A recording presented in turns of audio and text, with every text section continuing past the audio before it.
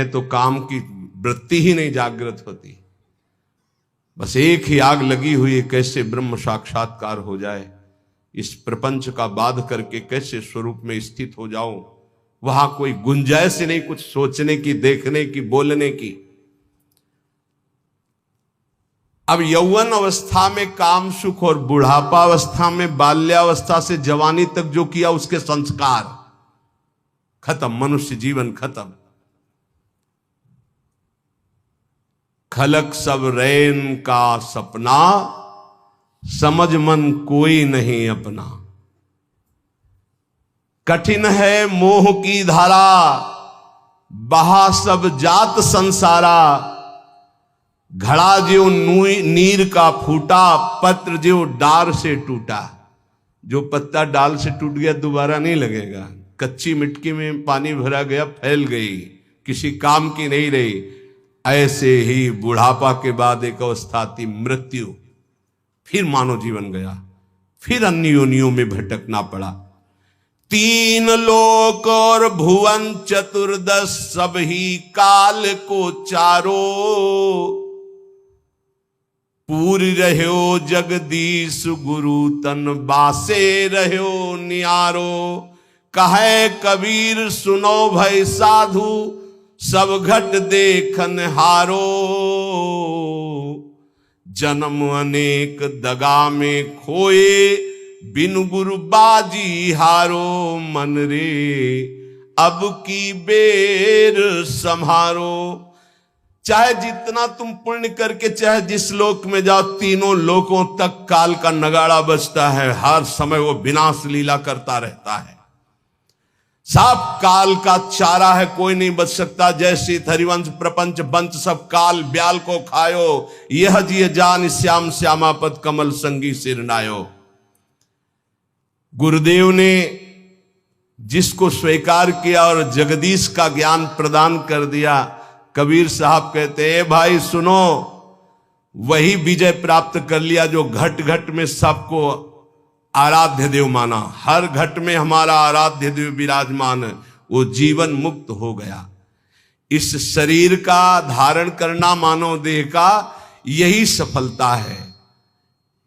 नाम जप करते हुए सब में भगवत भाव करके अपने आप का उद्धार कर ले। समझो रे भाई, समझो रे, अरे हिया नहीं रहना, करना अंत पयाना। जाना है भाई जाना है, मरना है भाई मरना है। आज नहीं तो कल मरना है। गंदे विषय सेवन करके नहीं, भगवान नाम जप करके, अच्छे आचरण करके, भगवत प्राप्ति करके मरना है। यदि हम इस मनुष्य शरीर से भगवत प्राप्ति नहीं कर पाए तो हमारे दुख का अंत नहीं होने वाला। प्रेम भक्ति की रीति समझ कर हित सो राम रिझावे। गोविंद के कौतुक गुण लीलाता को ध्यान लगावे। सेवा सुमिरन बंदन अर्चन नौधा सो चित लावे। अब की अवसर भलो बनो है, बहुरी दाव कब पावे। भजन प्रताप उतरे भव सागर, उर आनंद बढ़ावे। साधुन की संगति को साबुन लेकर ममता मैल बहावे।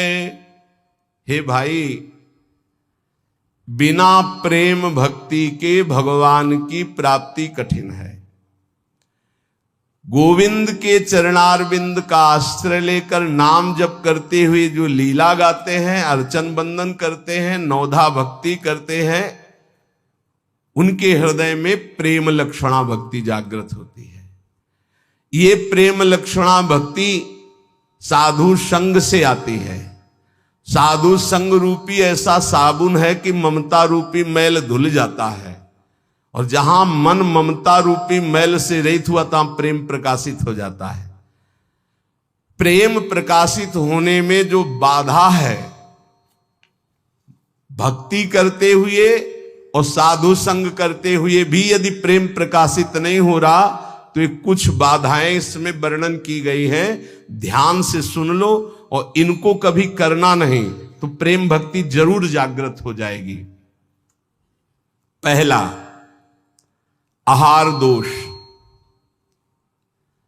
ध्यान में बैठा लो या लिखते जाओ। आपको साधु संग मिल गया है, नवधा भक्ति कर रहे हैं, लेकिन प्रेम नहीं प्रकट हो रहा है। जैसे आप वृंदावन धाम वास कर रहे हैं, सत्संग कर रहे हैं, नाम कीर्तन कर रहे हैं, प्रेम नहीं प्रकाशित हो रहा है, तो इन दोषों को देख लो आपके अंदर है क्या। पहला है आहार दोष।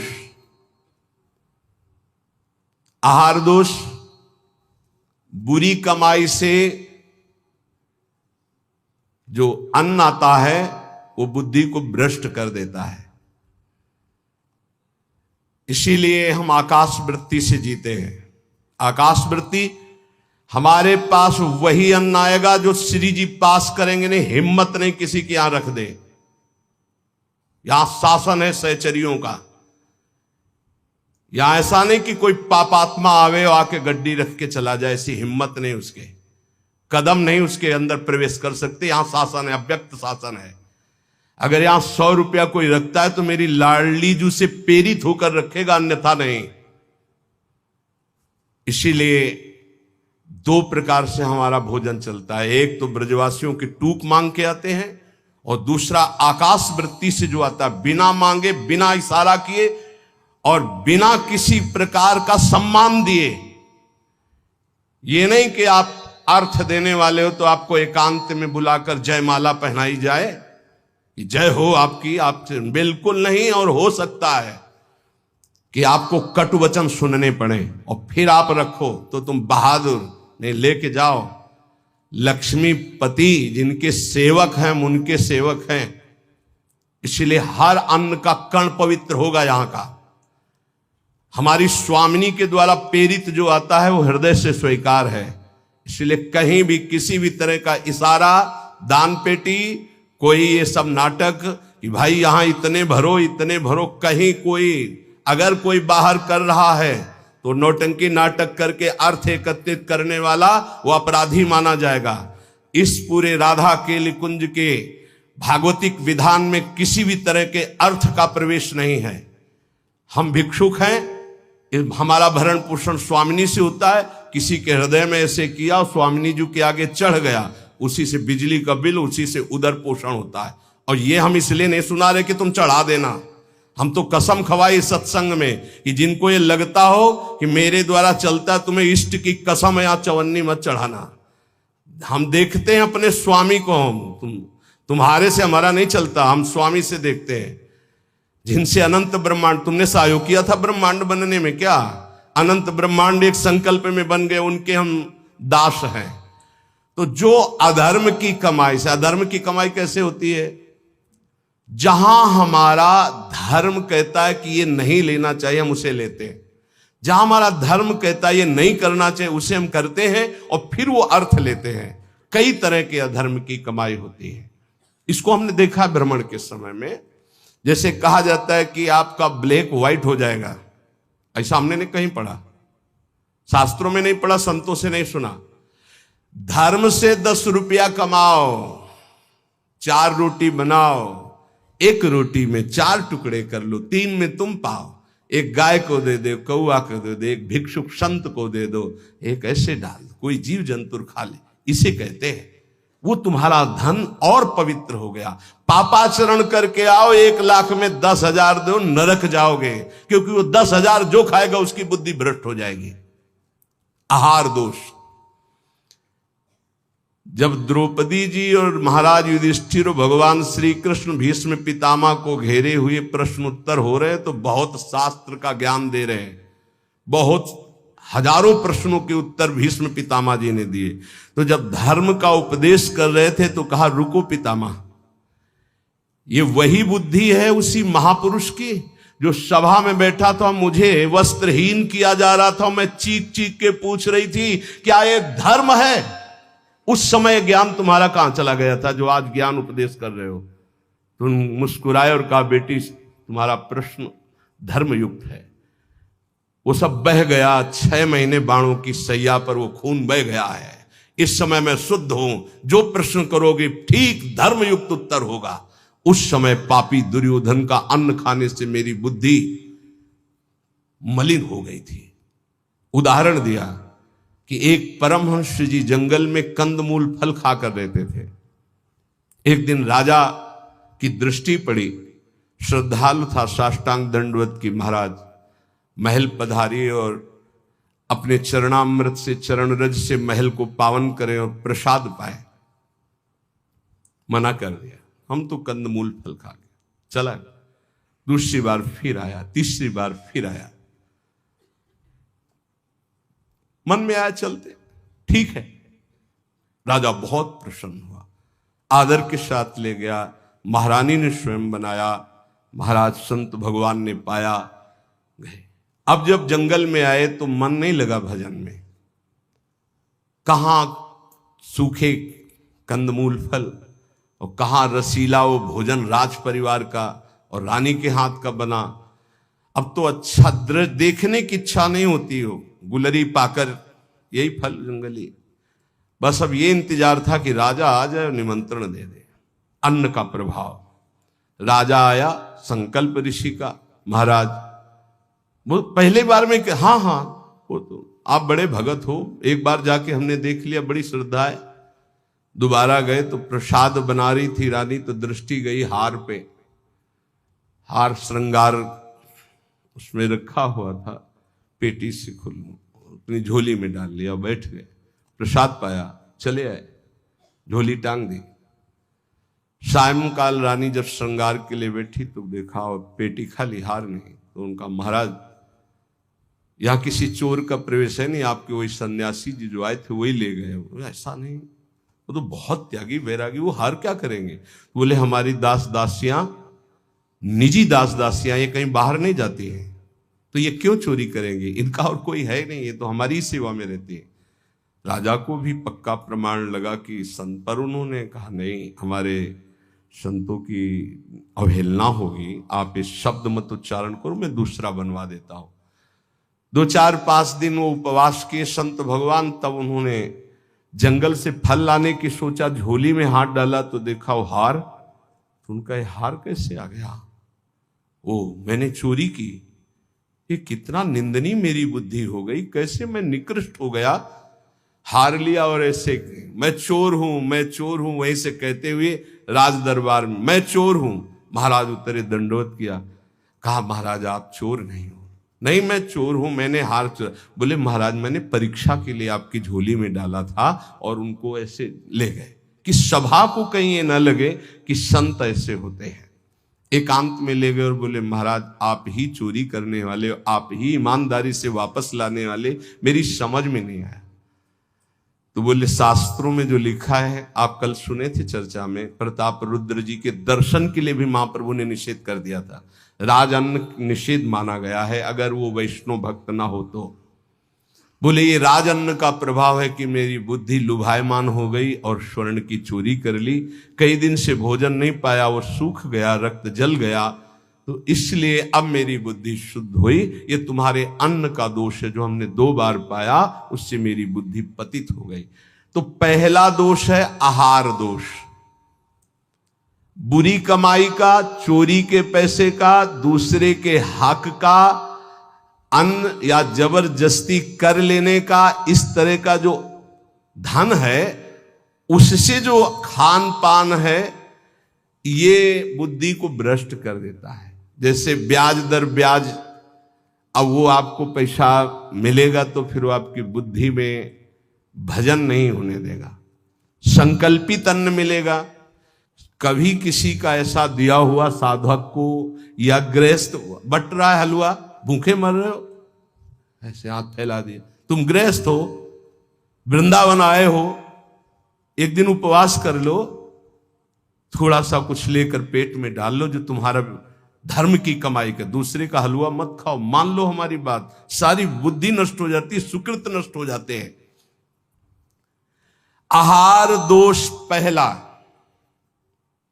कई बार बताया, इस पर ध्यान दीजिए। सतोगुणी पवित्र अन्न भी यदि मात्रा से अधिक हो गया तो रजोगुण, उस मात्रा से अधिक हो गया तो तमोगुण पैदा कर देगा। अल्प मात्रा में पाइए। दूसरा, शरीर को स्वस्थ रखिए। शरीर को स्वस्थ रखने के लिए, ब्रह्मचर्य पुष्ट रखने के लिए परिश्रम युक्त सेवा अत्यंत आवश्यक है, जिसमें पसीना चुए।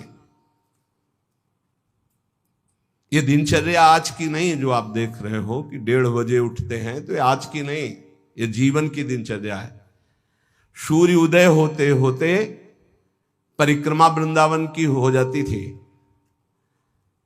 अपनी रात्रि में उठे, 45 मिनट व्यायाम, 48 मिनट प्राणायाम, छड़ी उठाई, पूरे वृंदावन की परिक्रमा एक सांस में। इसके बाद आके श्री जी की मंगला, गुरु जी की सेवा में 9 बजे तक, फिर आके श्रृंगार, फिर गुरु जी की 2:30 बजे रोटी मांग करके एक बार 24 घंटे में, वो भी न सब्जी न दाल। ऐसे थोड़ी भगवत मार्ग की निरंतर भगवदाकार वृत्ति प्राप्त की जाती है। अस्वस्थता ये भी बाधक है, जब तक वृत्ति भगवदाकार ना हो जाए। अगर भगवदाकार वृत्ति है तो कोई फर्क नहीं पड़ेगा। भगवदाकार वृत्ति नहीं है और आपको केवल ऐसे ही नकली वो करके अल्ट्रासाउंड ऐसे और आपको बता दिया जाए कि आपकी किडनी थोड़ा दोष युक्त हो रही है, भजन करके दिखा देना, डिप्रेशन में पहुंचने लगोगे। पक्का समझना, शरीर स्वस्थ, चित्तवृत्ति प्रभु में लगा लोगे। शरीर स्वस्थ है और चित्तवृत्ति भगवदाकार नहीं हुई तो इसी में कराओगे, पक्की बात समझ लो। और एक बार चित्तवृत्ति लग गई तो 2 किडनी की क्या बात, अगर 10-20 होती हो सब फेल हो जाती तो भी कोई फर्क नहीं पड़ता। पक्का मान लीजिए, पक्का मान लीजिए। इसीलिए संसारी पुरुषों को विश्वास नहीं होता कि क्या ऐसा भी हो सकता है, क्या ऐसा होता है। कर्तुम अकर्तुम अन्यथा कर्तुम सर्व समर्था सा ईश्वर। अभी क्या समझे हो तुम? अस्वस्थता से बचिए। प्रत्येक साधक से कहा व्यायाम करो, चाहे साधक हो चाहे साधिका। संयम से चलो। व्यायाम प्राणायाम अत्यंत आवश्यक है। ठीक है, आपकी दिनचर्या ऐसी तो समय निकालो, ऐसी दिनचर्या में समय निकालो कि आप व्यायाम कर सको, आप प्राणायाम कर सको। मान लो मेरी बात, आहार अल्प पवित्र आहार है, पक्का, इसमें कोई संशय नहीं, गुरु प्रदत्त आहार है। और अल्प आहार तो शतोगुणी बना रहेगा। दूसरा, व्यायाम प्राणायाम प्रत्येक साधक को करना चाहिए। यह महापुरुषों को देखें, अपने गुरुदेव को भी देखा है, क्योंकि आजीवन हमें संयम पूर्वक भजन मार्ग में बढ़ना है, तो ये दोनों बातें जरूर। तीसरा, आलस्य का त्याग। आलस्य, वृंदावन रहते हुए भजन करते हुए भगवत मार्ग में आपके प्रेम क्यों नहीं प्रकट हो रहा? यह सिद्ध महापुरुष के द्वारा बताए हुए। पहला, आहार दोष। दूसरा, शरीर को स्वस्थ रखो, नहीं तो अस्वस्थता में भजन नहीं होता। किनका? साधक का। तीसरा, आलस्य। ये सबसे ज्यादा साधक को परेशान करता है। ये 3 बातें पहले क्यों लिखी गई? अभी और हैं। प्रायः साधक को भोजन में स्वाद की बुद्धि रहती है। आलस्य को त्यागिए, नहीं तो प्रेम। काहे को इतना सोते हो? हम तो प्रभु से मनाते थे कि हमें नींद ना आवे, प्रभु मेरी नींद खत्म हो जाए। वो आज उसकी कृपा का फल प्राप्त हो रहा है। हाँ, कि नींद नाम की चीज नहीं है यदि और कोई डिस्टर्ब भी नहीं, कोई परेशान भी नहीं है। ये बस अगर आप ठिकाने देखो, नींद को विश्राम जो इंद्रियों को मिलता है नींद में ना, वो संसार का चिंतन छोड़ने से। खास बात समझिए, 6 घंटे संसार का चिंतन छोड़ के बड़ा फ्रेश लगा, और 6 घंटे अगर भगवान के चिंतन में संसार को भूल गए तो कैसा लगेगा, सोचो। चौथा है प्रमाद। प्रमाद माने जो अभी काम करना है वो कल कर लेंगे, कल कर लेंगे ना। करने योग्य काम को आगे के लिए छोड़ देना और ना करने योग्य काम को तत्काल करना, जबकि साधक इसका उल्टा करता है। करने योग्य कार्य को तत्काल करता है, ना करने योग्य कार्य के लिए उपस्थित समय आने पर भी वो उसे टाल देता है। कल देखेंगे उसके ना करने योग्य कार्य को तत्काल करना और करने योग्य कार्य को आगे के लिए टाल देना, इसे प्रमाद कहते हैं। पुरुषार्थहीनता, जैसे कुछ लोग ऐसे कहते हैं कि अरे वो जब आपकी कृपा होगी तो सब हो जाएगा। हां, आकाश से उतरेगी कृपा। तुम्हें कह रहे नाम जप करो, समय से वाणी पाठ में जाओ, समय से ऐसे करो ऐसे, ये कृपा नहीं और क्या? तुमको जो उपदेश कर रहे हैं कृपा नहीं तो और क्या? भगवान गीता में उपदेश कर रहे हैं, शास्त्रों में उपदेश कर रहे हैं, ढूंढ ढूंढ करके हर बात तुम्हारे कान तक पहुंचा रहे हैं प्रभु, ये तुम पर कृपा नहीं है? अब तुम आलस्य करो, प्रमाद करो। बहुत समझ में नहीं आता कि साधक क्या लक्ष्य लेकर के चलता है। पुरुषार्थहीनता है तो प्रेम प्राप्त नहीं होगा। पुरुषार्थ युक्त रहो, एक क्षण भी बर्बाद मत करो, कबहू काल वृथा नहीं जाए, इस पर ध्यान दीजिए। समय बर्बाद मत कीजिए, एक मिनट आपका बहुत कीमती है। फिर छठवां, अश्रद्धा। श्रद्धा किसे कहते हैं? गुरु और शास्त्र के वाक्य को यथावत बिना विचार किए पालन करना, उसे श्रद्धा कहते हैं। इसके बिना सिद्धावस्था नहीं होती, इसके बिना परम शांति नहीं मिलती। श्रद्धावान लभते ज्ञानम तत्परा संहितेन्द्रिया ज्ञानम लब्ध्वा परम शांति मचिरेणादि गच्छति। श्रद्धावान ही ज्ञान को प्राप्त होता है, ज्ञानी ही अपनी इंद्रियों को संयम में रखता है, इंद्रियों को संयम में रखने वाला ही परम ज्ञान परम शांति को प्राप्त होता है।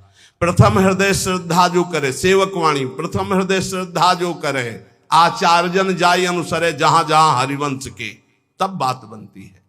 भवानी शंकरो बंदे श्रद्धा विश्वास रूपिणो याभ्याम बिना न पश्यन्ति सिद्धा स्वांता समय। कह रहे हैं ऐसा करो, बिल्कुल नहीं सुन रहे तो क्या है? अश्रद्धा। ये तुम्हें प्रेम प्राप्त नहीं होने देगी, ये भगवदानंद की अनुभूति नहीं होने देगी। कैसे? अगर आप वचन रूपी लक्ष्मण रेखा के अंदर रहोगे तो माया रूपी रावण तुम्हारा हरण नहीं कर पाएगा, तुम्हारी बुद्धि रूपी सीता का अपहरण नहीं कर पाएंगे। राम जी वरण कर लेंगे बुद्धि रूपी सीता का, श्याम जी वरण कर लेंगे। भीष्म पितामह अंतिम समय कहते हैं, हे श्री कृष्ण मेरी कुंवारी बुद्धि को स्वीकार करो, आज तक इस बुद्धि को कभी किसी ने स्पर्श नहीं किया, ये बुद्धि कुंवारी है, वरण कर लो इसको। लेकिन हमारी बुद्धि का तो अपहरण हो गया है, विषयों ने अपहरण कर लिया है। क्यों? क्योंकि हम गुरुदेव के वाक्य रूपी लक्ष्मण रेखा के अंतर्गत नहीं रहे, हम रेखा क्रॉस कर गए, अश्रद्धा कर ली, उनकी आज्ञा नहीं मानी, अवहेलना कर दी, कुतर्क। नहीं, ऐसा कैसे हो सकता है? बहुत विचित्र गुरुजनों की वाणी में सामर्थ्य होती है। कभी गुरु की वाणी पर अविश्वास करके कुतर्क नहीं करना चाहिए। अधैर्य, अगर उपासक में धैर्य नहीं है तो प्रेम प्रकाशित होने में बाधा पड़ जाएगी। बड़ी समस्या आ गई है, बड़ी नहीं, धैर्य पूर्वक टिके रहो। अच्छा, ये कभी हमारे हृदय में गुरु प्रताप से नहीं आया कि किसी का आश्रय ले ले, या कहीं चले जाए, या कहीं पूर्व जीवन में कोई फोन कर दे, या किसी को इशारा कर दे, बस ये था कि अब मरना है और धाम में भगवत चिंतन करते हुए मरना है। धैर्य से कभी विचलित ना हो। अगला है अनिश्चय। ये बहुत साधकों में पाया जाता है। एक दिन गुरुदेव भगवान ने कहा, जब साधक घर से निकलता है तो उसका वैराग्य अग्नि के समान होता है, उसे ज्वाला की तरह रोज बढ़ना चाहिए। उसका वैराग्य शीतल क्यों हो जाता है, ठंडा क्यों हो जाता है? उसका वैराग्य तो प्रतिदिन और तेजस्वी होना चाहिए। उसका कारण है अनिश्चय। सुख सुविधाएं भोग मिले और जीवन बढ़िया कट रहा है। जीवन काटने के लिए नहीं, जीवन मिटाने के लिए हम आए हैं, अस्तित्व मिटाने के लिए आए हैं। हमारा निश्चय है कि प्रिया प्रीतम की प्राप्ति के लिए हर भोग को छोड़ना है और प्रभु को प्राप्त करना है। वैरागी वही है जो समस्त भोगों के बीच में रहता हुआ भी भोग स्वीकार नहीं करता, केवल अपनी दिनचर्या और भगवत प्राप्ति के हेतु जीने के लिए केवल उसको धारण करता है। ऐसे बहुत से संत अपने अभी एक उपासक बच्चा है, पूछा, ए तुम्हारी बनियान में रंग लगा है, रंग वाली बनियान क्यों पहने, दूसरी पहन लो ना। जैसे आपकी आज्ञा पर काम चल रहा है ना अभी शरीर के, नहीं बदल, वैसे जैसी आपकी आज्ञा पर काम चल रहा है ना, हाँ ठीक जाओ। अच्छा लगा कि धैर्य से वैराग्य की पुष्टता, काम चल रहा है ना, अच्छा है। अनिश्चय हमारे हृदय में जब होता है तो हमें भोग गिरा देते हैं। हमारा निश्चय क्या था, हम प्रभु की प्राप्ति के लिए जानबूझकर समस्त भोगों का त्याग करते हुए सच्चिदानंद रस में स्थित होंगे, फिर हम क्यों डिग गए? इसका मतलब हमारे निश्चय में कमी थी। अनिश्चय, हमारा निश्चय था कि हम अपमान को सहेंगे, हम निंदा को सहेंगे, हम तिरस्कार को सहेंगे, हर कष्ट सहेंगे, पर हे नाथ आपको प्राप्त करेंगे, आपका भजन करेंगे। कहां गया वो निश्चय? थोड़ी सी कोई अपमान की वृत्ति आई, हम गुस्सा हो गए, थोड़ा सा तिरस्कार हुआ, हम परमार्थ छोड़ दिया, थोड़ा सा कोई भोग आया, हम भजन छोड़ दिया, भोग में राजी हो गए। कहां गया हमारा निश्चय? इसका मतलब अनिश्चय है हमारे हृदय में, लक्ष्य का निश्चय नहीं है। संशय, पता नहीं भगवान में सुख है कि भोगों में सुख है, पता नहीं इस मार्ग से भगवान मिलेंगे कि नहीं मिलेंगे, पता नहीं जिनके सहारे भगवान की प्राप्ति कराएंगे कि नहीं कराएंगे। कई तरह संशयात्मा विनश्यति, वो भ्रष्ट हो जाएगा, गिर जाएगा। असंयम, ये बहुत खास बात है। असंयम साधक को नष्ट कर देता है। संयम से रहो। आपसे कई बार प्रार्थना की सत्संग में कि यदि आप 2 चपाती पाते हैं तो उसी के अनुसार कितना भी अच्छा भोजन उतने लीजिएगा। आपका भोजन का संयम होना चाहिए, आपके शयन का संयम होना चाहिए, आपके दिनचर्या का पूरा नियमावली होना चाहिए। संयम नियम साधना में चाहे गृहस्थ हो चाहे विरक्त हो, बहुत बड़ा इनका योग है। असंयम नहीं है, कभी मन आया तो 7 बजे जग गए, कभी मन आया 5 बजे जग गए, कभी मन आया 1 बजे जग गए, ऐसा नहीं होना चाहिए। असहिष्णुता, सहनशीलता ना होना, साधक के प्रेम प्राप्ति में बाधक लक्षण है। हर बात को सहन कर जाओ। सहनशीलता सहत सहत बाढ़े भगति गृह तन गुरहित गार। अपवित्रता, कई बार इस पर चर्चा हुई है। आजकल बड़ी अपवित्रता के चांस हैं, जैसे शौचालय और बाथरूम एक ही में सब है, प्रायः ऐसा ही है। कुछ लोग उसी में लघु शंका करते हैं, बैठकर पूरे अपवित्र हो जाते हैं। अगर शौच वाला वो स्पर्श हो जाए तो जितना स्पर्श हो जाए वो कपड़े सब धोने चाहिए। कुछ लोग तो बैठ के ही लघु शंका उसमें करते हैं, बनने को बोले हाथ धो लिए बस हो गए, पूरे अपवित्र हैं। वैष्णव पद्धति उसे स्वीकार नहीं करती। कैसे महापुरुषों का दिन, कल दर्शन किए जब प्रसाद पा रहे थे वो वृद्ध वैष्णव, तो ऊपर के वस्त्र हटाकर नीचे की धोती, कितना पवित्र, पवित्रता। ये मुख में कुछ खाए जूठे चल रहे हो, कैसे तुम्हारा मंत्र सिद्ध होगा? खड़े खड़े लघु शंका कर ली, छिट्टी पैरों में पड़ रही, कैसे मंत्र सिद्ध होगा? बहुत सावधानी की जरूरत है। उपासक चाहे गृहस्थ हो या विरक्त हो, हर समय पवित्र रहता है।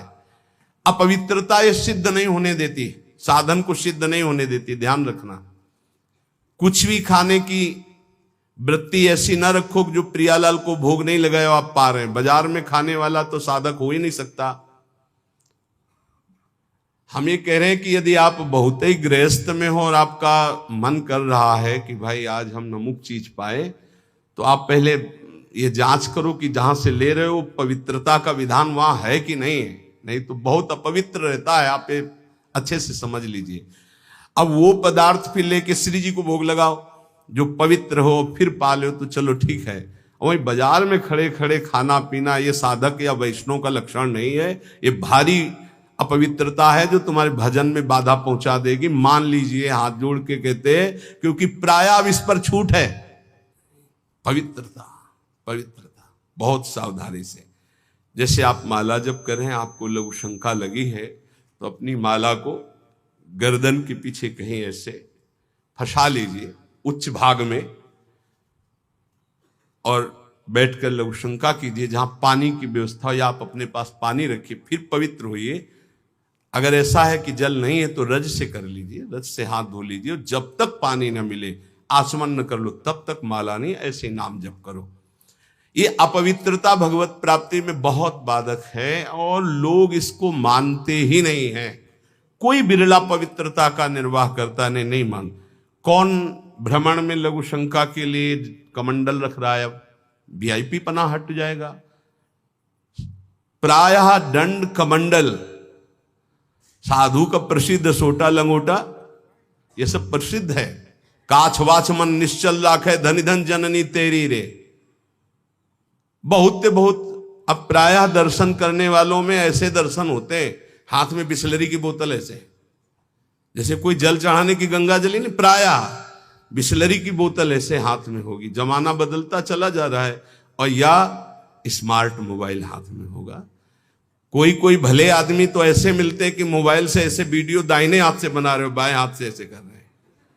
बाएं हाथ से किसको किया जाता है जानते हो? शत्रु पक्ष को। जब राजाओं के यहां दुश्मन का दूत जाता था तो बाएं हाथ से सलूट करता था। तब पता है कि दुश्मन का दूत आया, इसलिए बाएं हाथ से करता था। तो आजकल नए बच्चे वो जानते हैं नहीं, तो मोबाइल से शूट कर रहे हैं ऐसे, बाएं हाथ से ऐसे कर रहे हैं। ये अपवित्र। भगवान के सामने या भगवत भक्तों के सामने, चलो आपके हाथ खाली नहीं, वीडियो बना रहे हो तो नेत्रों से कर लो, बाएं हाथ से काहे को? दुश्मनी काहे को मोल ले रहे हो? बहुत बड़े के दरबार में हो, बहुत बड़े के पार्षद है, वो हर समय देख रहे हैं। आप क्या समझते हो हम अकेले चलते हैं? नहीं बोले 10-20 साथ चलते नहीं, इनकी बात नहीं कर रहा। एक कदम भी ऐसा नहीं जिसमें हमारी महारानी जी न चलती हो। ये जो छोटे छोटे नवजात शिशु जो ये सब, ये जानते हो महारानी जी के प्रताप का आशीष लेने आते हैं। हमारा कुछ नहीं है, हमारे आगे आगे चलती है हमारी महारानी जी। हम उनकी दासी, उनके पीछे चलती है, आगे वो चलती है। ये जो फूल बरसते हैं ना, ये महारानी जी के चरणों में बरसते हैं। ये जो फूलों के पावड़े बिछे होते हैं ना, मेरी स्वामिनी जी के लिए। अगर ये मेरे लिए लगते ना तो कब का बंद करवा देते, आप ये भी समझ लो। मेरी महारानी जी के दर्शन के लिए कोई नाचता है, कोई रोता है, पूरी भीड़ में सैकड़ों रोते हैं, तो हम उनकी आंखों की तरफ देखते हैं कि मेरी प्रिया जी का कृपा प्रसाद इनकी, भले किसी भाव से। मेरी महारानी जी तो बड़ी रिझवार है ना, हाँ बड़ी रिझवार। कितने के अंतिम बन गए, अंतिम बन गए, समय अंतिम बन गए, क्योंकि उनको तो समझ में नहीं आ रहा है ना, वो तो केवल देख रहे हैं बाबा। लेकिन बाबा के आगे जो चल रहे हैं उनका प्रताप चल रहा है। आप समझते हो ना, किसी के आगे इतना नहीं होता जो आप देख रहे हो। ये महारानी जी के आगे होता है, किसी और के आगे नहीं होता। यहां कोई संत प्रताप उदित नहीं है, ये महारानी जी का प्रताप उदित, राधा प्रताप। जो प्रसिद्धि और पुजवाने की इच्छा रखता है उसे प्रेम प्राप्त नहीं होता। प्रेम प्राप्ति में बाधक अपनी प्रसिद्धि और पुजवाने की इच्छा नहीं। अपने इष्ट में चित्त को लगा दो। तो सेवक जी महाराज कह रहे हैं, बिस्तर है सब जग विमल कीरति, साधु संगति ना टरे, बास वृंदा विपिन पावे, श्री राधिका जो कृपा करे। अपने आप जगत में विमल कीर्ति का विस्तार हो जाता है जो प्रियालाल में चित्त जोड़ता है। अपनी पुजवाने की इच्छा, मान की चाह, ये प्रेम नहीं प्रकट होने देती। अगला, किसी से भी घृणा। जैसे कोई भी किसी भी तरह का है, किसी भी धर्म का है, कैसे भी आचरण करने वाला है, अगर वो हमारी महारानी के दरबार में आता है तो उसको हम भगवान की तरह आदर करेंगे। उसको एक, जैसे हम सबका आदर करते हैं ऐसे उसका आदर करेंगे। किसी से भी घृणा नहीं त्रिभुवन में, ये तो पक्का समझ लीजिए, किसी से भी घृणा नहीं। घृणा शब्द भक्त के हृदय में नहीं होता, किसी से भी घृणा नहीं। द्वेष, अजात शत्रु भक्त होता है। अगर द्वेष है तो प्रेम प्रकट नहीं हो। अद्वेष्टा सर्वभूतानाम, किसी भी संसार में एक भी से भी अगर द्वेष है, दुश्मनी है, तो भगवत प्राप्ति में बाधा हो जाएगी। अजात शत्रु, तुम्हें गाली दे सर झुका लो, वो तुमसे द्वेष मान रहा है, तुम उससे द्वेष कभी मत मानो। जब दिखाई दे तो नेत्रों से प्रणाम कर लो। और निर्दयता, ये प्रेम में बाधक है। कभी किसी के प्रति कठोर व्यवहार वाणी के द्वारा, मन के द्वारा, तन के द्वारा ना करे। दुराग्रह है, ऐसा होना ही चाहिए, ये कभी हट ना करे। जोई जोई प्यारो करे, सोई मोई भावे। ध्यान रखिए, दुराग्रह कभी प्रभु से भी ना करे कि नहीं प्रभु इतना तो होना ही चाहिए, गुरुदेव इतना तो होना ही चाहिए। नहीं, जोई जोई प्यारो करे, सोई मोई भावे। चपलता, जल्दीबाजी, चांचल्यता, ये साधक में नहीं होनी चाहिए। गंभीर स्वभाव, जो कार्य करे बहुत ठीक से करे। एक साधक अपनी सेवा में है, उनसे आप कोई भी जल्दी काम को वो नहीं करेंगे। कार्य दे दो, छोड़ दो। अगर पात्र मार्जन करना है तो जब वो मार्जन करके निकले बाहर तो आप देख लेना निर्दोष हर पात्र चमकता हुआ मिलेगा। पर आप कह दो 5 मिनट में करो तो वो नहीं करेंगे। जो सेवा दोगे वो सेवा होगी, पर सांगो पांग होगी, उन्हें छेड़ो मत। वो अपने आप पूरा नाम जप करते एकदम, पोछा लगाना छोड़ दो, उसे बोलो मत, बस सेवा दे दो। वो आराम से पूरे भवन में पोछा लगा के शांत, उसे छेड़ो मत। अगर जल्दी करो तो पोछा रख दे, खड़ा है, आप छेड़ो मत, सेवा दे दो। तो जब वो सेवा में होते तो हम कह देते उसको छेड़ो मत, वो अपनी सेवा पूरी सांगो पांग करेगा, पर उसे छेड़ो मत। ऐसा ही उपासक का स्वभाव होना चाहिए। हम जिस कार्य में लगे सांगो पांग उसमें लगे, गंभीरता पूर्वक लगे, जल्दीबाजी नहीं, चांचल्यता नहीं। ये प्रेम प्राप्ति के लिए आवश्यक है। पर निंदा सुनना, पर निंदा करना, पर चर्चा करना, ये प्रेम में बहुत बाधक है, कई बार चर्चा हो चुकी। और बाहरी वेशभूषा बनावटी नहीं होना चाहिए। इसकी भी चर्चा हुई है कि बढ़िया क्रीचदार कपड़े, कोई बड़े उपाधि युक्त महात्माओं की बात अलग हो, तो गुरुजन है, आचार्य है, लेकिन साधक के लिए बात कह रहे हैं वेशभूषा बहुत शांत रखनी चाहिए। जो गुरु प्रदत्त वेशभूषा है, और जब तक वस्त्र शरीर धारण करने योग्य की रक्षा कर रहा तब तक बदलना नहीं चाहिए। बहुत परमाणु होते हैं वस्त्रों में, जैसे ऊपरी अचला है, ये तो वर्षों चलेगा, बदलने की जरूरत नहीं। जैसे आपको मिल रहा है तो आप रोक सकते हो, उड़ाया जा रहा है, आप औरों को उड़ा दीजिए, मेरे पास है, बहुत कृपा। ये जरूरी नहीं कि सबको उड़ाया जा रहा है तो हम ले रहे हैं। जैसे भेंट है, वस्त्र है, अगर वो सम्मान के लिए आपको दिया जा रहा है, आपको आवश्यक नहीं है, तो आप हाथ जोड़ सकते हो, प्रसाद दे दीजिए। ये नहीं, इससे आपकी भक्ति बढ़ेगी और गुरुजन आप पर प्रसन्न होंगे।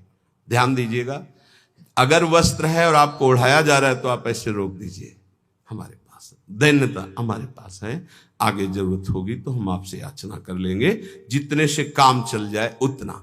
बनावटी बाहरी वेशभूषा और शास्त्रार्थ, ये प्रेम में बाधक है। वो तो कोई विद्वान करता है, अपने लोग तो है ही नहीं। शास्त्रार्थ करने लायक क्या है? तो शास्त्रार्थ तो विद्वानों का विषय है, पर किसी भी विषय में तर्क वितर्क नहीं करना चाहिए, मौन का आश्रय लेके हट जाना चाहिए। अगला, शरीर के आराम की चाह। यहां जो लिखा है वो ध्यान, शरीर आराम तलब, ये जीवन में नहीं लेना चाहिए। कुशासन में लेटते थे पूरे वृंदावन में, कुशासन कभी नहीं। ये जो पूर्व में जानते हैं, बिजली कटी हुई जीवन था, बिजली नहीं, सीधे प्रकृति का वार्ष हो और हरिशरणम हरिशरणम। और मनोरंजन, बोले 4-5 घंटे तो सत्संग और वाणी पाठ हो गया है। अब वो वाला मोबाइल टच वाला कौन सा कहते हैं, स्मार्टफोन, अब उसमें अब हमको तो सब बातें आती नहीं, सीरियल कहते हैं कि क्या कहते हैं, वो जो देखते हैं, हाँ उसमें करके सीरीज, हाँ वही। अब एकांत में मनोरंजन सीरीज में देखोगे, आजकल की जो है ना, पहले रामायण महाभारत जैसे, अब ऐसी सीरीज है कि आपके भजन को नष्ट कर देंगे, आपके चिंतन को नष्ट कर देंगे। इसलिए प्रार्थना है कि जितने भी साधकों के पास, वैसे तो सबके पास है नहीं जो सेवा में है, और जो भी गृहस्थ जन है, ऐसी चीजें मत देखो जो आपके भजन में बाधक हो। अगला है कुसंग। ये भजन करते हुए प्रेम नहीं उत्पन्न होने देंगे। चलो अब थोड़ी देर निकलते हैं चल के, और बातचीत और ऐसे कुसंग ना होने पाए। जाके संग कुमति मति उपजे, करत भजन में भंग, तजोरे मन हरि विमुखन को संग। साधना के प्रतिकूल साहित्य का स्वाध्याय करना। आपकी साधना है प्रेम के प्रतिकूल स्वाध्याय करना, प्रतिकूल सत्संग सुनना। प्रतिकूल भी सत्संग होता है। हाँ, अब हमारा चल रहा है दासो हम का, हमें सुनाया जाए हम ब्रह्मास्मि का, तो प्रतिकूल तो हो ही गया। इष्ट मिले और मन मिले, मिले भजन रस रीति, तहां निसंग कोहे मिलिए, तासो की जय प्रीति। गुरुजनों का तिरस्कार कर देना, ऐसा होता है। कौन बार बार खड़ा होए, इनको तो 10 बार आना है। आए गुरुजन चाहे 100 बार पधारे, 100 बार प्रणाम, 100 बार खड़े हो गए, ये आराधना है। अरे तो बोलते रहते, रोज ही प्रवचन करते हैं, क्या माने। एक ने हमसे कहा कि महाराज जब वैराग्य का प्रवचन करते तो गद्दा वद्दा निकाल के बाहर फेंक देते, और जब आश्रय का प्रवचन करते तो फिर गद्दा अंदर लग जाते। बताओ चले कौन, वैराग्य वाला कि आश्रय वाला? तो तुम हो किसके, आश्रय के कि वैराग्य के? बस यही समझना है। गुरुजनों के वचनों पर अविश्वास, भजन जो संख्या दी गई उसमें लापरवाही। बहुत ज्यादा संख्या नहीं दी थी, एक दिन कहा था सब लोग 11 माला तो कर ही लिया करो। वो ईमानदारी से बताओ बेईमानी कितनी है इसमें।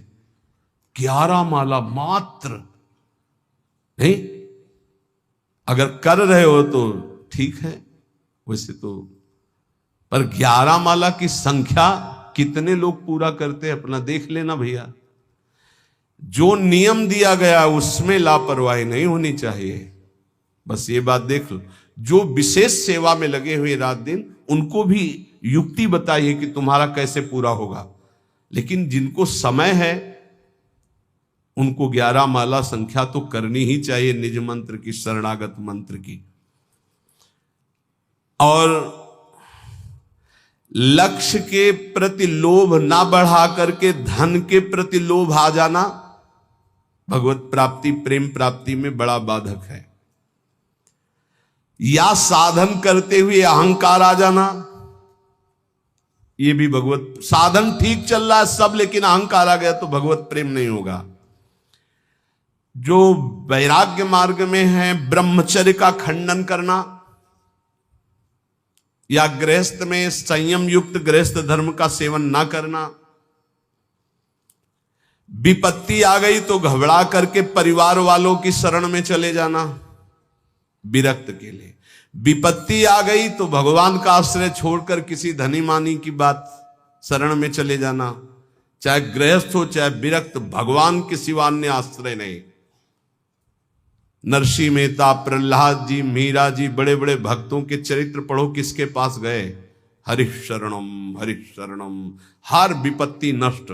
हरि स्मृति सर्व विपद विमोक्षणम, बड़ी बड़ी विपत्तियां भगवान की स्मरण से नष्ट। सही औषधि हर विपत्ति नाश करने के लिए भगवत गुणगान, भगवान नाम जप, अलौकिक चमत्कार, बिना किसी फोन के हर समस्या का। हरि स्मृति सर्व विपद विमोक्षणम, मान लीजिए आप, किसी की तरफ मत झांकिए, केवल प्रभु की तरफ देखिए तो कुछ बिगड़ ही नहीं सकता। 5 वर्ष के प्रहलाद जी क्या बिगाड़ लिया त्रिभुवनपति हिरण्यकश्यप ने, पर हमारा विश्वास काम नहीं करता। किसी भी मनुष्य को, संपत्ति को, सुख भोग को, पद को, ममता को भगवान के समान न रखना। अपने इष्ट की समानता में किसी को न रखना। कैसे समझोगे कि हमने इष्ट की समानता में किसी को नहीं रखा? किसी व्यक्ति के मिलने पर, वस्तु के मिलने पर, भोग सामग्री के मिलने पर, पद मिलने पर यदि भगवान भूल गए तो वो भगवान से बढ़कर वस्तु हो गई, भगवान छोटे हो गए। अगर भगवत स्मरण चल रहा है तो फिर किसी को नहीं रखा भगवत स्मृति के समान। अब आप देख लीजिए, छोटी छोटी बातों में भगवत स्मरण छूट जाता है तो भगवान छोटे हो गए और वो भोग सामग्री, वो व्यक्ति बड़ा हो गया। आगे कह रहे हैं, जो भारी व्यवस्था धर्म प्रचार के चक्कर में पड़ जाता है, प्रेम प्राप्ति दुर्लभ हो जाती है, वो लक्ष्य को भूल जाता है। इतने दोषों से यदि बच जाया जाए गुरु कृपा से, तो सहज भजन में रुचि हो जाए और भगवत प्राप्ति हो जाए और प्रेम प्राप्ति हो जाए। आहार दोष, अस्वस्थता, आलस्य, प्रमाद, पुरुषार्थहीनता, अश्रद्धा, कुतर्क, अधैर्य, अनिश्चय, संशय, असंयम, असहिष्णुता, अपवित्रता, प्रसिद्धि, पुजवाने की इच्छा, मान की चाह, घृणा, द्वेष, निर्दयता, दुराग्रह, चपलता, जल्दीबाजी, परदोष दर्शन, परनिंदा, परचर्चा, बाहरी वेशभूषा सजाना, विवाद, शास्त्रार्थ करना, शरीर के आराम की चाह, विलासिता